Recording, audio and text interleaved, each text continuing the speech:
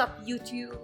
I woke up like an hour ago. I have a road trip scheduled for today and I'm still on a program. And when you're on a program and you have road trip scheduled, you cannot really meal prep. Actually, I forgot to meal prep, otherwise I always carry my food with me. So I'm going to give you a couple of tips on terms of, damn, I keep doing this to the camera, in terms of what kind of food to carry when you're on a road trip and you have not meal prep. Number one, always start with a heavy breakfast when you're going out, so you're not hungry for a long time. I'm going to have a mango banana oat smoothie, and I put a scoop of protein shake in it because I know that I might not be able to get my proteins in throughout the day because I'm traveling. So this is how it looks like. That's one full mango, I think 50 grams of oats and a big banana with a scoop of protein shake. I'm gonna enjoy my smoothie with this beautiful view. Look at this. We're heading out.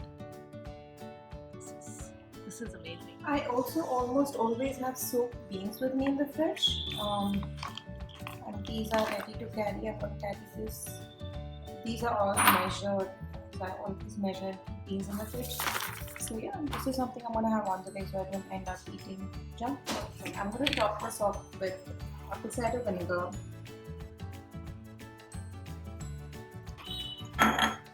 some smoked Himalayan crystal salt, and some chocolate.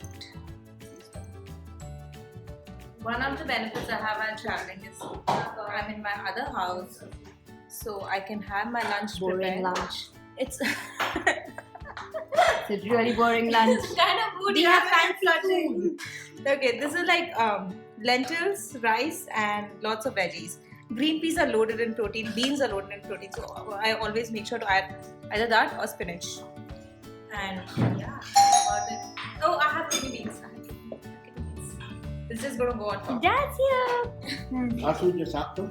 This is yours. What are you It's a doing? Punjabi corn and butter rasam. Very nice it is. Okay.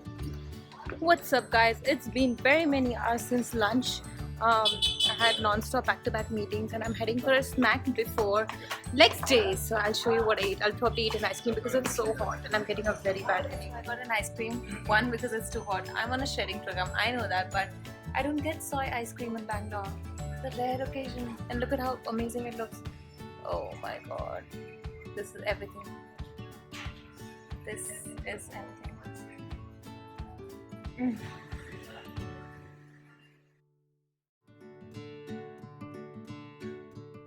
What's up, guys? I'm going to walk you through my legs workout. Now, if you're a beginner, obviously do not do all the reps and sets as mentioned.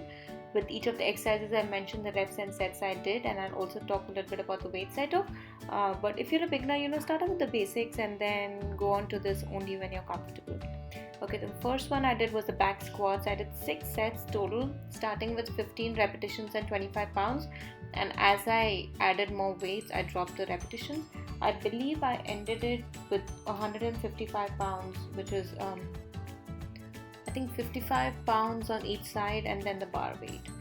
So I think that's what I did. Yeah, that's what I'm doing here for the last set, which was for 5 repetitions. I was exhausted by then, guys. It was pretty exhausting. I generally superset squats with something, but I did not superset on this day because it was an evening workout. I was traveling all morning and very, very tired. Here's another angle. Sorry guys, I'm still getting used to the angles in the gym, especially because it was a new gym I was working out at, so I wasn't sure of the lighting, so I took a couple of different angles. This is again back squats. This is my last set. What I generally like to do is I finish my workout and then take the video so I'm not interrupted. So this was like at the end of my workout when I added the weights again only to take the video, so it's pretty exhausting. Yeah. You see how I got the angles down. I kept my camera somewhere and I didn't realize that someone was using the machine there. So yeah, that was why you see that. Yeah.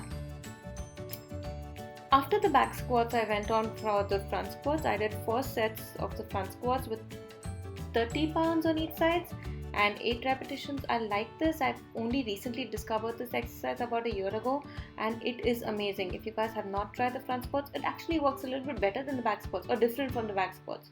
I superset all of my front squats with leg press. I started with 25 pounds on one plate on each side and then as I went for lesser repetitions, I took in more plates. I believe I ended with 3 plates on each side and 15 repetitions. This was a superset with the front squats. So I would do a set of front squats and then immediately come back to do leg press and take a break only after that. After that was the hamstring curls. Now the hamstring curls are one of my favorite exercises to hit the hamstring. I superset this again with stiff leg deadlifts. For the hamstring curls, I did 5 sets of 8 to 10 repetitions, and after each set I would do the stiff leg deadlift, which I will show you in a minute right after this variation.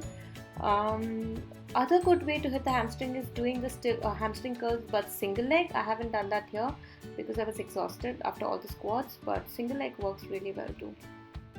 And after each set of that, here is the stiff leg deadlift. I believe I took a 35 pound, so that's a total 70 pound dumbbell, 70 pound weights in my hand, and I superset that with the hamstring curls. And I did these till failure. I did as many as I could do and stopped when I was tired, and it was pretty exhausting.